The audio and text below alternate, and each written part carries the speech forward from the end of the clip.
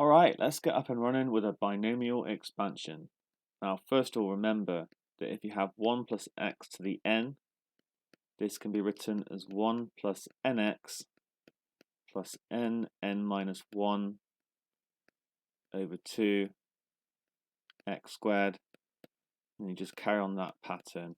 Just subtract another 1 from the n, and this time divide by 3. Oh, but it's 3 factorial and 2 factorial technically, although 2 factorial is just 2. X cubed, and so on. So in our case, we have the x is actually minus y, and n is minus 2.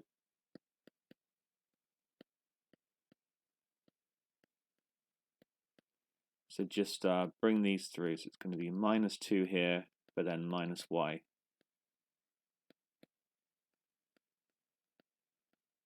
Then minus 2 minus 3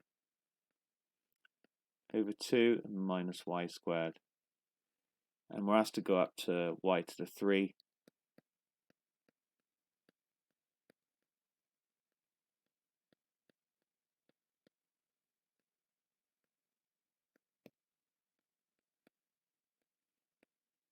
And now we can simplify this. So it's going to be 1 plus 2y. This 2 cancels with the minus 2 and the other minus, and this becomes positive, so it's going to be plus 3y squared. The 3 factorial will cancel out with the minus 2 times the minus 3.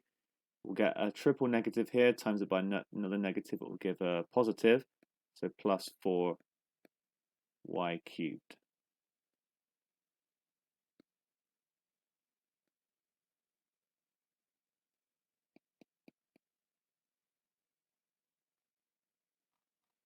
Part B says hence or otherwise. Hence meaning we should be able to use part A to help us to show that this expansion can be written in the form a plus x to the n. Write down what a and n are. Okay, let's take a look at this below. So we have an expansion already.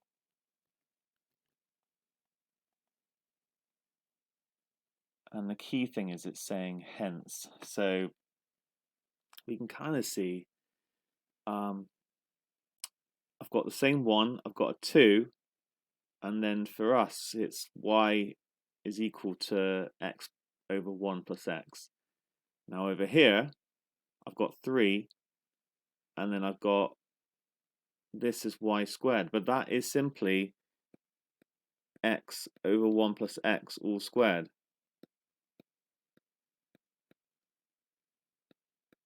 Because you can just square the x and then square the 1 plus x. And that is what's happening in general.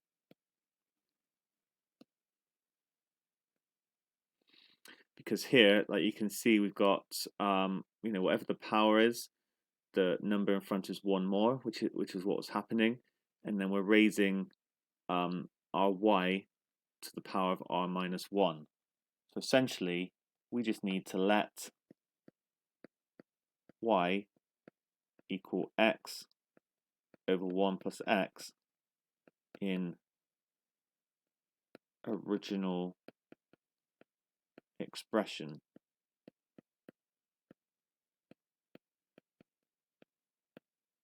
And this gives, so when I say original expression, I mean this one here. So it's 1 minus y all to minus 2. So it's going to be 1 minus x over 1 plus x to the minus 2. Now, we're asked to leave it in the form a plus x all to the n, so I'm going to need to simplify this. And I can put it over a common denominator, so 1 plus x minus x all over 1 plus x all to the minus 2. I've made this 1 plus x over 1 plus x and then just brought it together. These are going to cancel. So I've got 1. Hold on, I've got 1 over. Let me just take it. Don't rush this. 1 over 1 plus x to the minus 2. but I'm basically taking the reciprocal of a reciprocal, so that simply leaves me with 1 plus x squared. And that is our answer. Just need to write down, it says write down the values of the integers a and n, so it's kind of nice, it's telling you it's going to be an integer, so a is equal to 1 and n is equal to 2.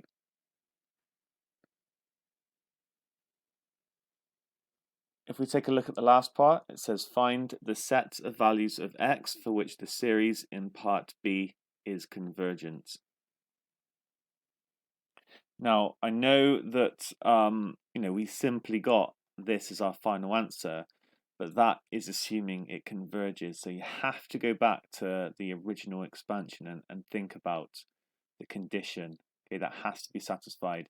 So we require that the modulus of y is less than 1. And remember, for us, y was this x over 1 plus x.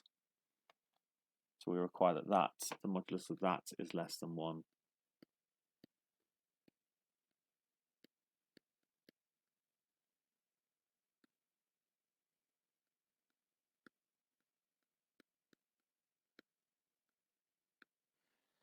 Now, there's two ways to do this. I'm going to show you how I did it. I'm not saying it's the best way. It's just like I'm just used to solving things like algebraically. So I wrote it like this, and then I considered two cases because you can't start multiplying through when you don't know whether x plus 1 is whether it's positive or negative.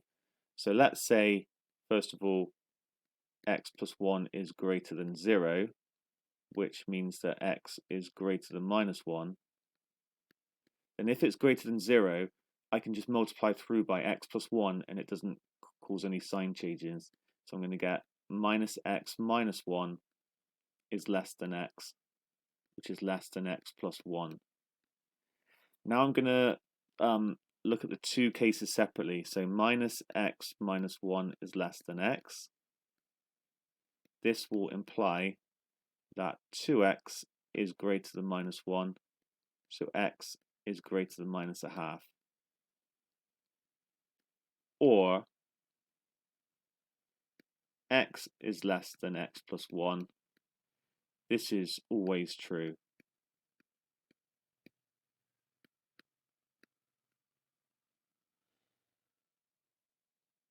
Now remember, we also had to have that x was greater than minus 1, but that is true here, and x plus 1 will be greater than 0 for this. I'm going to look at the second case. What if x plus 1 is less than 0, and therefore x is less than minus 1? Now this time, when I multiply through by x plus 1, it's going to swap the signs around. So I'm going to get minus x minus 1 is greater than x, which is greater than x plus 1. If I look at the left-hand side, I'm going to get that x now is less than minus a half, which I'll need to, is that right? Let me just check. Yep, I'd need to then, involve this as well. But over here, I need x to be greater than x plus 1, and this is never true. And I've just realized this shouldn't be an or, this should be an and, because they have to be true at the same time. So up here, when x plus 1 was greater than 0, I needed that x was greater than minus a half, and this was true, which is always true. So that is a possible set of values. If x plus 1 is less than 0, then I needed x to be less than minus a half, but I also needed it to be less than minus 1, so that would have been a stronger condition. But I also needed x to be greater than x plus 1, which is never true. So no solution, no extra values.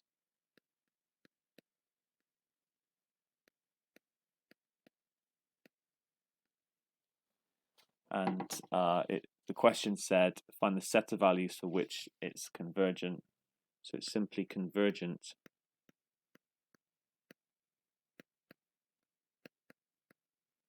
for x is greater than minus a half.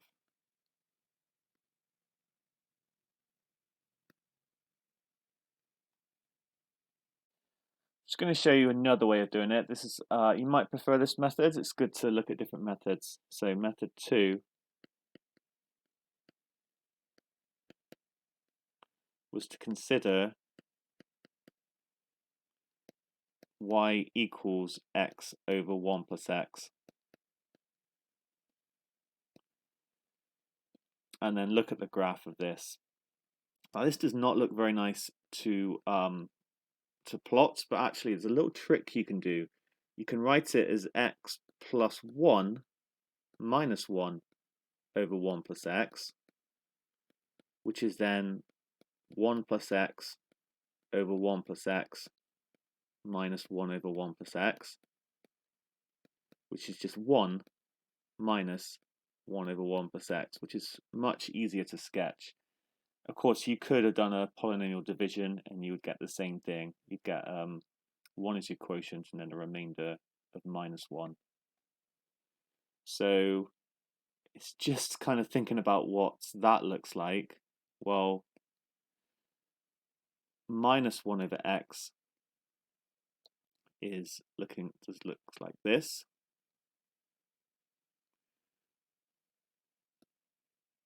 So then minus 1 over x plus 1 would be a translation by minus 1 in the x direction.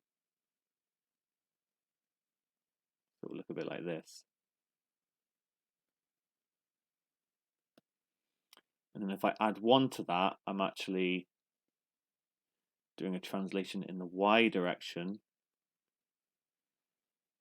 So we'll get, I'm going to draw this asymptote in at x equals minus 1.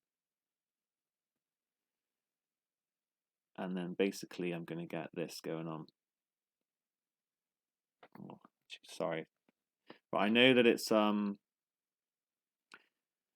instead of it converging towards, there's also going to be an asymptote here. Sorry, I should have put that in.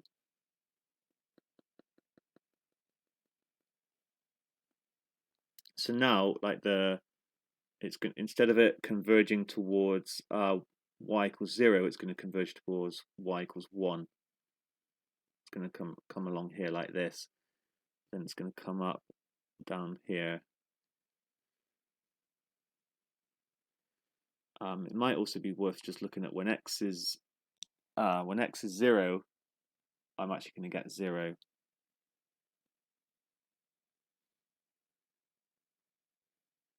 So something like that. And then this as well. Now let me just add that this is y equals 1.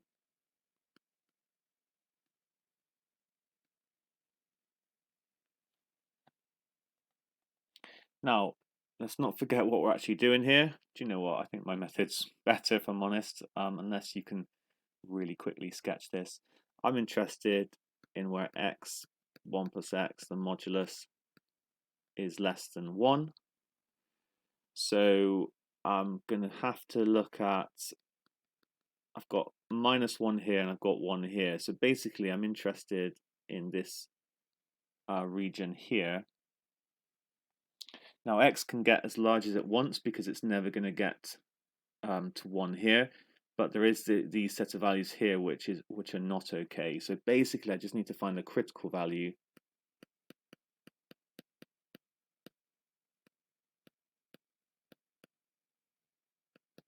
And that's going to be when x over 1 plus x is equal to minus 1, because that will give me this value here. And that will be x is equal to minus 1 minus x, and therefore 2x is equal to minus 1, and therefore x is equal to minus a half. And from that, we can see that we just need x is greater than minus a half. Because if it's greater than minus a half, then what I'll be left with is all these possibilities here for x over 1 plus x, and then I'm in between minus 1 and 1, and all is okay. So that was just an alternative take on this very last part of the question. Well done.